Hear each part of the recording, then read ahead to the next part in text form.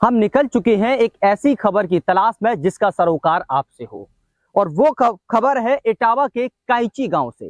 कैंची गांव वो गांव बताया जा रहा है जहां पर अंग्रेजी हुकूमत नहीं पहुंच पाई और प्रदेश सरकार की जो योजनाएं हैं वो भी नहीं पहुंच पा रही हैं। आखिर इस गांव में ऐसा क्या कुछ अधूरा है वो हम आपको दिखाएंगे इस पूरी ही खबर स्टोरी में।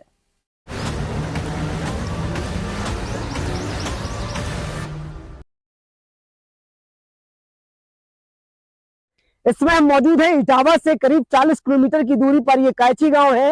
एक ऐसा गांव जो कभी अंग्रेजों ने नहीं ढूंढ पाया। बड़ा सवाल तो यह है कि प्रशासन की भी नजर इस गांव पर नहीं है।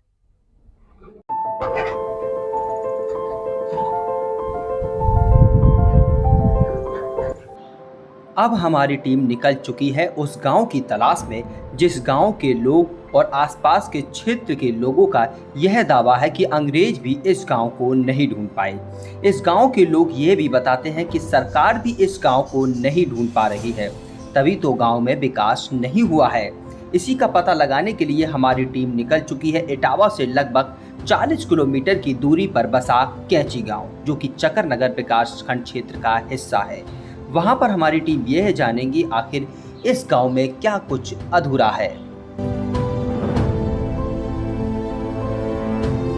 दादा, ये गांव कब से बसा होगा? लगभग कितनी सालें हो गई इस गांव में बसे? ये ऐतिहासिक गांव है, ये इसको कम से कम 4-5 हजार वर्ष हो गए। 4-5 हजार वर्ष? हाँ। अच्छा, यहाँ पर हम जब रास्ते में आए तो कोई ऐसी सड़क भी नहीं थी जो पक्की हो जिससे गाँव में पहुंचा जा सके। क्या कारण रहा कि आप लोगों ने मांग नहीं की थी? क्या था? हम लोगों ने बराबर मांग की है अंग्रेजों की। 13 नाव बढ़ा दी थी, दफन कर दी थी नदी में। तो ऊपर से आदेश हुए इस गांव को जला दो, लेकिन वे ढूंढने निकले तो गढ़ा कास्ता जला दिया। मान ली कांची ढूंढ नहीं पाए। कांची गांव को नहीं ढूंढ पाए। क्या आप ये भी मानते हैं कि सरकार भी नहीं ढूंढ पा रही है क्योंकि रास्ता ही नहीं बन पाया है? सरकार ढूंढ चुकी। यहाँ माननीय देश के जो अब इस समय रक्षा मंत्री हैं, वो 2017 को 17 फरवरी तक खुली मीटिंग में उन्होंने घोषणा की थी कि मेरी सरकार बनी 17 में तो सड़क बनेगी। उसके बाद वर्तमान सांसद रामशंकर कठेरिया जी 2019 को 6 नवंबर को यहाँ प्रोग्राम दिया कि सड़क जरूर होगी। सावित्री कठेरिया जी भी थी, घोषणा कर गए, फिर भी कुछ नहीं हुआ। उसके बावजूद 2022 के चुनाव में हमने बहिष्कार किया विधानसभा का। जब हम लोगों को जब भारत में दर्जा नहीं है तो हम क्या करें, फिर भी सड़क नहीं हुई। जबकि सरकार का लक्ष्य है हर बेटी को शिक्षा, हर गांव सड़क। फिर ये सड़क क्यों नहीं हो पा रही? कह रही सेंचुरी क्षेत्र है। पहले तो यातायात के नदियों द्वारा साधन थे तो नदी किनारे गांव बसा हुआ था। अब ये पगडंडी थी तो आज से अच्छा, एम्बुलेंस कैसे आ पाती होगी? स्वास्थ्य की जो स्थिति सेवाएं होती हैं वो कैसे आ पाती होंगी? वो बेटा यहाँ कभी नहीं आ पाती। आपातकालीन स्थिति में चारपाई पे लेके जाओ सड़क तक, और कोई साधन नहीं। आजकल तो आ सकती, गर्मी है, लेकिन बरसात के सीजन में तो जो है ना डिलीवरी जो माता बहनों बच्चा होते हैं वो ऑन स्पॉट जच्चा बच्चा दोनों ही चले जाते। कभी कभी ऐसा हुआ हम लेके सड़क तक गए लेकिन जच्चा बच्चा दोनों खत्म हो जाते हैं, औपचारिक नहीं मिल पाता रास्ता ना होने के कारण। अच्छा, शिक्षा को लेकर यहाँ पर आपके गांव में कोई विद्यालय भी है क्या? जी, शिक्षा को लेकर विद्यालय है, प्राथमिक विद्यालय है, माध्यमिक विद्यालय है? माध्यमिक विद्यालय है, प्राथमिक विद्यालय है, 8वीं तक है। 8वीं के ऊपर की आज दिन तक इस ऐतिहासिक गाँव की बेटियों ने हाई स्कूल का गौरव प्राप्त नहीं कर पाए पास होने। पूरे गांव में कोई हाई स्कूल पास नहीं कर पाया? नहीं कर पाती बेटियां। बच्चे तो चले जाते हैं, ये बेटियां नहीं पढ़ पाती। यानी कि बाहर है विद्यालय लगभग कितनी दूर होगा? यहाँ से करीब 13 किलोमीटर दूर होगा। 13 किलोमीटर? 13 किलोमीटर। यानी कि रास्ता ठीक ना होने की वजह से शिक्षा भी प्राप्त नहीं कर पाए। यही कहना है? ठीक है। गांव के रहने वाले केवल सिंह बताते हैं कि यह गांव लगभग अंग्रेजों के ज़माने से बसा हुआ है, लेकिन सरकारी सुविधाएं अभी भी इस गांव में नहीं पहुंच पा रही हैं। उनके द्वारा भारत सरकार और उत्तर प्रदेश सरकार से सड़क निर्माण को लेकर मांग की गई है। गांव के रहने वाले केवल सिंह ये भी बताते हैं कि गांव में एम्बुलेंस व शिक्षा सुविधाएं नहीं पहुँच पा रही हैं। वहीं गांव के रहने वाले सुधीर भदौरिया ने भी भारत टीवी को बताया है कि गांव में सड़क होनी चाहिए जिससे उनके गांव के रहने वाले छात्र छात्राएं अच्छी शिक्षा प्राप्त कर सके।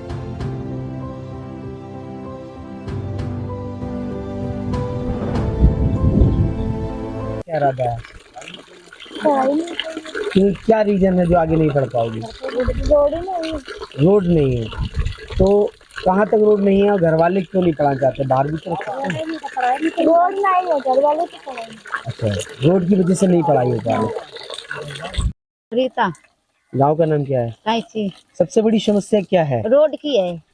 सड़क नहीं है गांव हाँ। तक। अच्छा, सड़क न होने की वजह से क्या क्या परेशानियों का सामना वो करना जब ना पड़ता है? आ गई ना खाना ना पीना ना सब्जी ना कुछ मरना मर जाओ। शिक्षा दवाई दारू शिक्षा शिक्षा का क्या प्रभाव है? जो बच्चे बच्चियां हैं स्कूल पढ़ नहीं रहे है हैं। ना बाहर जा को है ना 5 नहीं, 8वीं तक तो स्कूल है यहाँ सरकारी। पढ़ाई होती है को होती नहीं है। है कि नहीं? अच्छा, आपके गांव में जो बच्चियां हैं, हाँ। लड़कियां हैं, वो कितने तक पढ़ाई कर पाती हैं? 8 तक बस। बस। अच्छा, क्या रीजन रहता है जो आगे नहीं पढ़ाई कर पाती है? रोड नहीं है तो कहाँ तो जा पाएंगे। संदिग्ध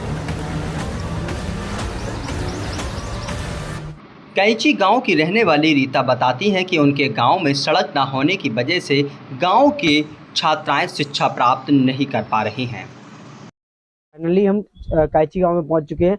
हमारे साथ में कायची के कुछ लोग मौजूद हैं। यहाँ पर मंदिर, जो भोले बाबा का मंदिर है, यहाँ पर मौजूद है। इनसे बात करेंगे आखिर कायची गांव में सड़क अभी तक क्यों नहीं पहुंची है। हालांकि कायची गांव में तो कुछ सड़कें नजर आ रही हैं, जहाँ गांव है वहां सड़कें नजर आ रही हैं, लेकिन जो मेन सड़क है, जो कि चकन्नगर के रास्ते को जोड़ती है, भरे के रास्ते को जोड़ती है, जहां से ये लोग शहर की तरफ जा सकते हैं, वो रास्ता नहीं है। यहाँ पर जो नेता हैं, चाहे सांसद को ले लो, चाहे विधायिका को ले लो, या फिर प्रशासन, इटावा के प्रशासनिक अधिकारियों को ले लो, क्या कभी गांव तक नहीं आते हैं? क्या इन सब चीजों को वो नहीं देखते हैं या नहीं, उनको पता नहीं? यहाँ पर सांसद जी भी आए थे, घोषणा कर गए, विधायिका सावित्री कठेरिया जी भी आई थी और अधिकारी भी आते जो कहते थे सेंचुरी विभाग से ये कार्ड नहीं बन पा रही। तो सेंचुरी भी तो सरकार के अधीन है, सेंचुरी तो सरकार के अलग तो है नहीं। तो सेंचुरी के जो मानवर अच्छा, अधिकारी, तमाम गांव ऐसे भी हैं जहाँ पर सेंचुरी विभाग था, लेकिन तब भी वहाँ रास्ते बने हैं। वहाँ बन गए, लेकिन हमारे गांव में नहीं बन पा रही। जबकि ऐतिहासिक गांव ऐसी है कि हम लोग अंग्रेजन के अधीन नहीं हो पाए, 200 कभी गुलाम नहीं हुए, कभी गुलाम नहीं हुए, स्वतंत्र गांव है। इस गांव की माटी का वो पूजन संसद भवन में हो, विधानसभा में हो, तब ये पवित्र होगी अंग्रेजन की गुलामी से। जैसे सिंगौल की लकड़ी लाई गई है संसद भवन, संसद भवन में, ऐसी हमारे माननीय प्रधानमंत्री मुख्यमंत्री जी से है कि हमारे गाँव माटी ले जाएं। और ये तो बड़ा एक ऐतिहासिक पावन धाम है। एक जन्मभूमि वो है जो जन्मभूमि पुरी सुहावन, जहाँ सरयू भाई उत्तर देश पावन।